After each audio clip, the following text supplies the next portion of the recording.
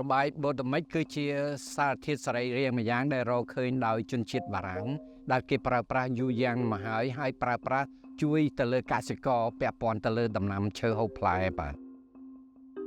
របៀបលាយបើសិនជាបងប្អូនមានចំណាប់អារម្មណ៍គឺងាយជាទីបំផុត Bodomix យើងចែកចេញជាពីរផ្នែកគឺទី1 10% ទី2គឺ50%របៀបលាយ 10% គឺងាយទី1យើងយកក្បាលស1គីឡូទី2គឺយើងយកសាច់ជូរខៀវ1គីឡូទី3គឺយើងយកទឹកសុទ្ធឬក៏ទឹកភ្លៀងរបស់យើងនឹងចំនួន10លីត្រអញ្ចឹងមានន័យថា 10%មុនដំបូងយើងស្ងោរទឹកសុទ្ធឬក៏ទឹកដាំទឹកនោះឲ្យបានពុះដល់ពុះហើយយើងដាក់ចុះមកលើដីរួចហើយបានយើងចាប់ផ្ដើមដាក់ក្បាលសកូរទិសតែមួយឆ្វេងក៏បានស្ដាំក៏បានធ្វើម៉េចឲ្យទិសតែមួយរហូតទៅដល់ក្បាលសហ្នឹងបានស៊ីសាច់រលាយហើយបានយើងថែមសាច់ជូរខៀវចំនួន1គីឡូទៀត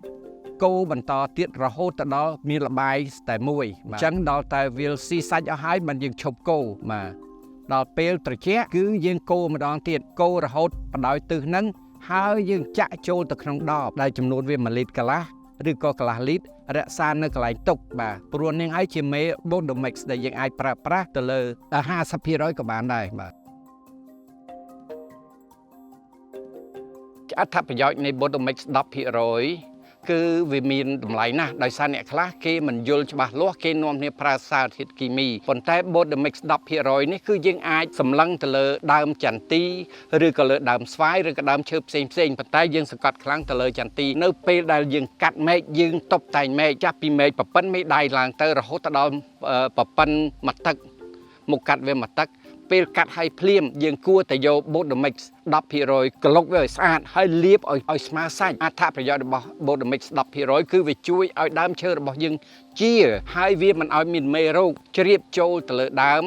ឬក៏ធ្វើឲ្យដើមពុកហើយដួងផ្សេងវាជ្រៀតចូលទៅកន្លែងហ្នឹងឬក៏ធ្វើឲ្យដើមឈើយើងមានដំបៅបាទអញ្ចឹង 10% គឺសំខាន់ណាស់ហើយបើសិនយើងអាចធ្វើបានយើងគួរតែលាបត្រឹមតែកន្លះម៉ែត្រពីដីឡើងមកគឺលាបឲ្យជុំវិញទៅគឺយើងការពាររដ្ឋប្រសើរដែរ